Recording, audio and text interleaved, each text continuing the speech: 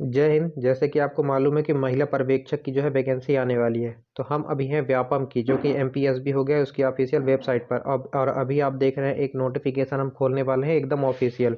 क्या लिखा है? डायरेक्टरेट ऑफ आकृति बाल विकास सेवा रिक्रूटमेंट टेस्ट 2017 में आई थी महिला पर्यवेक्षक। ठीक है, तो यहाँ पे हम आपको ओरिजिनल डॉक्यूमेंट डाउनलोड करने के बाद आपको ओरिजिनल चीज़ें बताएंगे, क्योंकि आपको बहुत ज़्यादा मिसलीड किया जा रहा है। और आपको जानते हैं कि आप महिला बाल विकास का जो वैकेंसी है वो आने ही वाला है। ठीक है, आपकी फ़ाइल डाउनलोड हो रही है, डाउनलोड हो जाए तो एक बार वो फ़ाइल ओपन हो जाएगी, उसके बाद हम आपको ओरिजिनल जो है बताएंगे। और किस प्रकार से आपका अप्रोच होना चाहिए, किस प्रकार से आपकी तैयारी होनी चाहिए, वो भी आपको बताएंगे। आपका डाउनलोड हो चुका है, ये एकदम ऑफिशियल नोटिफिकेशन है जो पिछली बार आया था। ठीक है, तो यहाँ पर आप देखिए क्या लिखा हुआ है। यहाँ पर देखिए, यहाँ पर लिखा है प्रोफेशनल एग्जामिनेशन बोर्ड, उस समय नाम हुआ करता था भोपाल। ठीक है, इसका जो है नोटिफिकेशन डेट वगैरह सब कुछ आया था। पिछली बार की फीस क्या थी? तो अनारक्षित अभ्यर्थियों के लिए 2 प्रश्न पत्र के लिए 700 थी, 1 प्रश्न पत्र के लिए 500 था। ठीक है, और यहाँ पर क्या लिखा हुआ है? अनुसूचित जाति, अनुसूचित जनजाति, ओबीसी, निशाक्तजन अभ्यर्थी, और ये केवल मध्य प्रदेश के मूल निवासियों के लिए ही लागू था। और अब इसमें ईडब्ल्यूएस भी शामिल हो जाएगा। तो 350 रुपये 2 प्रश्न पत्र के लिए था और 1 प्रश्न पत्र के लिए 250 रुपये था। और वहीं बैगा, भारिया और सहेरिया, जो कि प्रिमिटिव ट्राइब आती हैं, विशेष पिछड़ी जनजाति का दर्जा मिला है, उनके लिए कोई भी शुल्क नहीं था। ठीक है, और इसके अलावा पोर्टल शुल्क वगैरह 70 और 40 रुपये ये अलग से भरना था। ये बात तो हो गई। पिछली बार क्या हुआ था? 2 पालियों में एग्ज़ाम होता था। साढ़े एक होता था 9 बजे से 12 बजे तक, 3 घंटे का एग्ज़ाम होता है। दूसरा 2 बजे से 5 बजे तक, एकदम ऑथेंटिक चीज़ आपको बताएंगे। ठीक है, और 2 प्रकार की वैकेंसी थी। पर्यवेक्षक थी, महिला की खुली भर्ती, और एक आंगनवाड़ी कार्यकर्ता से सीमित। ठीक है, ये सीधी भर्ती थी। तो इसका जो है इस तरह का जो है पेपर का पैटर्न हुआ करता था। और अपन कुछ और जानकारियाँ देखते हैं, जो भी जानकारी हमारे लिए काम की होंगी। ठीक है, तो यहाँ पर देखिए पद नाम, वेतनमान और शैक्षणिक योग्यता। तो पद नाम क्या था? तृतीय श्रेणी का ये पद है, पर्यवेक्षक महिला सीधी भर्ती। ठीक है, वेतनमान इसका 5200 से 2000 और 2400 ग्रेड पे का ये वेतन जो है अप्रॉक्स आपकी सैलरी मिलेगी 35 से 40,000, मतलब 35 से 40 हज़ार रुपये की सैलरी मिलेगी। लेकिन अभी जो है बहुत ज़्यादा इसमें विसंगति चल रही है। एक पहले साल आपको 70% टोटल सैलरी का मिलता है, दूसरे साल आपको 80% टोटल सैलरी का मिलता है, और तीसरे साल 90% मिलता है, और चौथे साल से आपको 100% सैलरी मिलना शुरू होती है। तो ये काला कानून हमारी आग्रह है मोहन यादव सरकार से कि जल्द से जल्द इसको जो है दूर किया जाए। तो 70, 80 और 90 के फार्मूले में भी आपका जो है आप टोटल में से कर सकते हैं। वैसे आपकी फुल सैलरी 35 से 40 हज़ार के बीच में बनेगी। अब पिछली बार भर्ती की बात करते हैं, तो यहाँ पर देखिए क्या लिखा हुआ है। मान्यता प्राप्त विश्वविद्यालय से स्नातक परीक्षा उत्तीर्ण होना चाहिए, न्यूनतम शैक्षणिक योग्यता है। और आया कितना था? तो 357 वैकेंसी आई थी, तो ये भी याद रखिएगा। ठीक है, अब देखिए बहुत सारे यूट्यूबरों को मैंने देखा है कि वो बोल देते हैं कि इसमें पुरुष अभ्यर्थी भी पात्र है। देखिए क्या लिखा हुआ है नोट में, पुरुष अभ्यर्थी पात्र नहीं है। पुरुष अभ्यर्थी पात्र नहीं है भाई, इसमें लिखा हुआ है। ठीक है, और क्या लिखा हुआ है यहाँ पर सिर्फ महिलाएं ही आवेदन कर सकती हैं, इस बात का विशेष ध्यान रखिएगा। इसके अलावा क्या है? विकलांग कोटे के सभी पद अस्थिबाधित श्रेणी के लिए आरक्षित हैं। शेष विकलांग श्रेणी के अभ्यर्थी अपनी संबंधित श्रेणी के बिना वर्ग के उल्लेखित पदों हेतु आवेदन प्रस्तुत कर सकते हैं। तीसरा पॉइंट लिखा है, न्यूनतम शैक्षणिक अर्हता आवेदन करने की अंतिम तिथि तक पूर्ण होना चाहिए, अनिवार्य है। मतलब आप रनिंग में हैं तो आप नहीं भर सकते, आप अपनी शैक्षणिक योग्यता पूर्ण होना चाहिए आवेदन आवेदन जो तिथि होगी उसके अंतिम दिन तक। और इसका जो है जनवरी में शायद तक, अपने संदीप गौर सर ने जो है पहली बार इस पर प्रकाश डाला था, तो जनवरी में शायद तक इसका जो है नोटिफिकेशन आना है। जनवरी या फरवरी में शायद तक इसका एग्ज़ाम होना है। जल्द ही आपका जो रिवाइज कैलेंडर होने वाला है, ठीक है, कैलेंडर रिवाइज होने वाला है, उसमें आपको पूरी जानकारी दे दी जाएगी। अब यहाँ पर एक पॉइंट और देखिए, विभाग में वर्तमान में कार्यरत संविदा पर्यवेक्षकों का उक्त परीक्षा में भाग लेने पर प्रत्येक कार्य वर्ष पूर्ण करने के लिए 4 अंक अतिरिक्त दिए जाएंगे। मतलब अगर आपने 5 वर्ष या उससे अधिक कार्य करने का अनुभव है आपको, तो आपको 20 अंक दिए जाएंगे। ये पिछली बार का जो है इसमें लिखा हुआ था। ठीक है, और क्या है? पीईबी द्वारा परीक्षा के उपरांत तैयार मेरिट में अनुभव के अंक जोड़ने का कार्य संबंधित विभाग द्वारा किया जाएगा। तत्पश्चात अंतिम मेरिट तैयार कर विभाग द्वारा नियुक्ति की कार्यवाही की जाएगी। ठीक है, और अनुभव के अतिरिक्त अंक प्राप्त करने की पात्रता केवल वर्तमान में विभाग में परीक्षा दिनांक को कार्यरत संविदा पर्यवेक्षकों की ही होगी।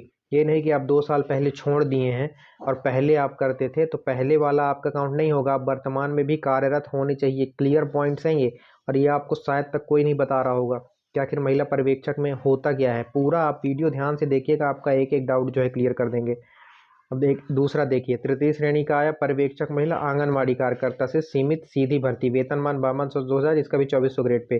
न्यूनतम शैक्षणिक योग्यता इसमें क्या है, हायर सेकेंडरी अथवा 10+2 12वीं एवं आंगनवाड़ी कार्यकर्ता पद पर निरंतर पूर्ण 5 वर्ष करने का अनुभव होना चाहिए आपको। पहली चीज़ तो यही हो गई, ठीक है। आपके पास 10+2 होना चाहिए और आंगनवाड़ी कार्यकर्ता के रूप में 5 वर्ष का आपको अनुभव होना चाहिए।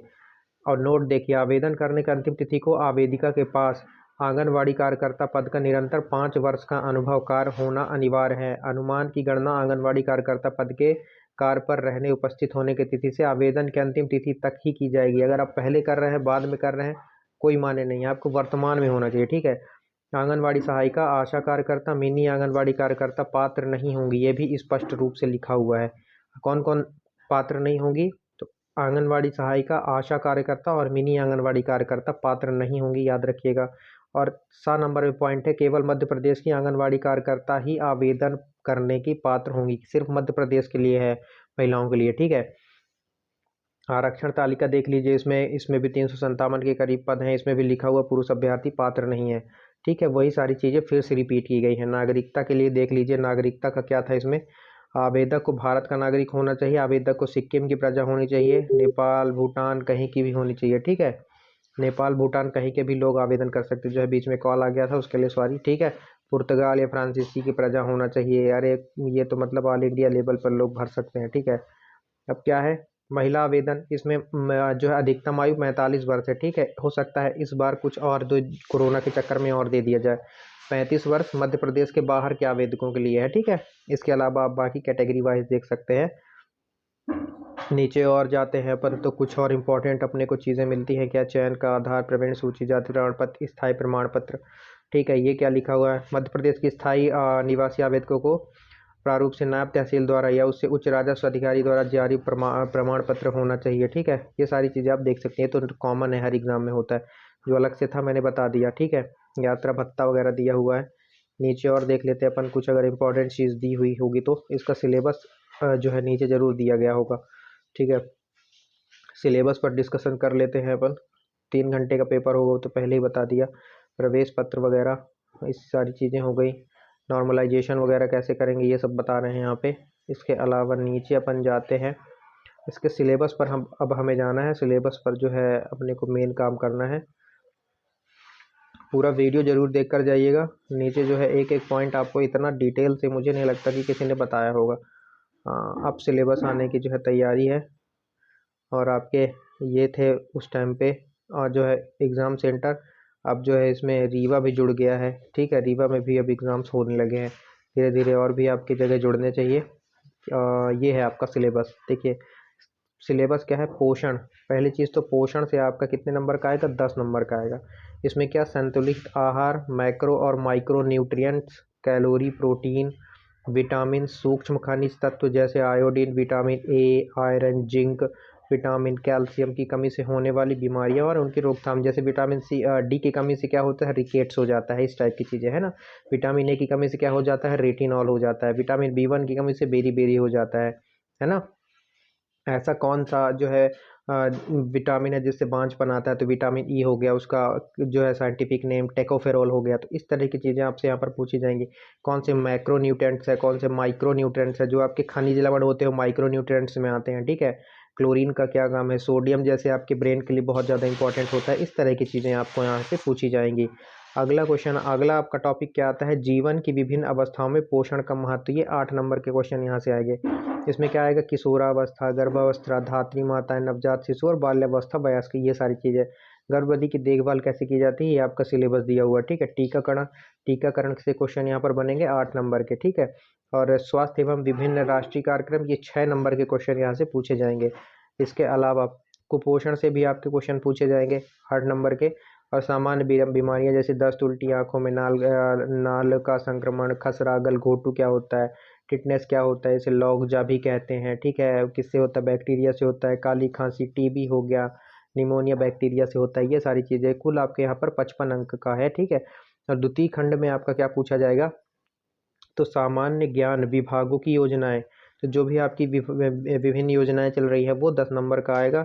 नियम अधिनियम एवं अधिकार ये क्या आएंगे, ये 10 नंबर के क्वेश्चन यहाँ से पूछे जाएंगे। ठीक है, घरेलू हिंसा, दहेज प्रतिरोध संपत्ति, मतलब कि महिलाओं पर सेंट्रिक सिलेबस आपका था पिछली बार का, इस बार का भी यही रहने की संभावना है। अगला था शारीरिक संरचना सामान्य ज्ञान, मतलब आपका डाइजेस्टिव सिस्टम, पाचन तंत्र हो गया, कौन सी ग्रंथि से कौन सा रस निकलता है, आपका प्रजनन तंत्र हो गया, किशोरावस्था विकास हो गया, प्राथमिक उपचार हो गया। ये जो बेसिक बेसिक टॉपिक हैं हम आपको बहुत ही शानदार तरीके से कवर करवाएंगे। चैनल को सब्सक्राइब जरूर कर लीजिएगा आप। कंप्यूटर का भी सामान्य परिचय, उसमें से MS ऑफिस, जैसे MS DOS, Excel, PowerPoint, सामान्य ज्ञान, इंटरनेट, ठीक है, मोबाइल संचालन का ज्ञान, जैसे मोबाइल में एंड्रॉयड होता है, ये सारी चीज़ें 7 नंबर की पूछी जाएंगी। इसके अलावा सामान्य गणित 8वीं स्तर का, जिसमें से दशमलव प्रणाली, प्रतिशत, रेशियो, प्रपोर्शन, ब्याज, आंकड़े की व्याख्या, ग्राफ पढ़ना बनाना, ये आपका 10 नंबर का। और सामान्य तर्क शक्ति पर आपका 10 नंबर का, टोटल 55 नंबर का यहाँ से पूछा जाएगा। ठीक है, बाकी तृतीय खंड भी है आपका, तो यहाँ पर संचार एवं परामर्श कौशल से संबंधित 2 अपठित गद्यांश भी आएंगे 12 नंबर के। इसके अलावा विकास की अवधारणा एवं उसकी मुख्य चुनौतियां, पंचवर्षीय योजनाओं, विकास, समकालीन सामाजिक चुनौतियों का साकार, ये 10 नंबर का। अगला नेतृत्व विकास वगैरह, ये आपका मैनेजमेंट का हो जाएगा 8 नंबर का। इसके अलावा संप्रेषण, ये भी मैनेजमेंट का है 7 नंबर का। और ये आपका मोबिलाइजेशन जो होती है गाँवों में, वो 8 नंबर का। टोटल यहाँ पर 45 नंबर का ये आ जाएगा। और इसके अलावा चतुर्थ खंड भी है, यहाँ पर बाल विकास का परिचय आएगा, शाला पूर्व शिक्षा परिचय आएगा, विशेष आवश्यकता और बाल देखभाल संरक्षण, और टोटल ये 45 नंबर का आएगा। तो ये रहा आपका सिलेबस। ठीक है, अब हायर सेकेंडरी लेवल का भी इसी तरह सिलेबस दिया हुआ है। अगर आप बोलेंगे तो टेलीग्राम का लिंक नीचे रहेगा डिस्क्रिप्शन में, तो आप वहां से इसको डाउनलोड करके पूरा पढ़ सकते हैं। बाकी यही थी छोटी लेकिन मोटी बात आपको बता दी गई है। अगर जो है हमारा कंटेंट आपको अच्छा लगता है तो हमारे चैनल को सब्सक्राइब करके सपोर्ट जरूर दिखाना है आपको, और हम आपकी जो है इस जर्नी में सहायक बन सकते हैं। तो थोड़ा बहुत कंटेंट हम भी अपने यूट्यूब चैनल से डालते हैं, माना कि छोटा यूट्यूब चैनल है लेकिन हम भी जो है कंटेंट वगैरह डालते रहते हैं। तो आप हमारे चैनल को सब्सक्राइब करके सपोर्ट जरूर करिए, ऑथेंटिक जानकारी और बेहतरीन जो है कंटेंट के लिए।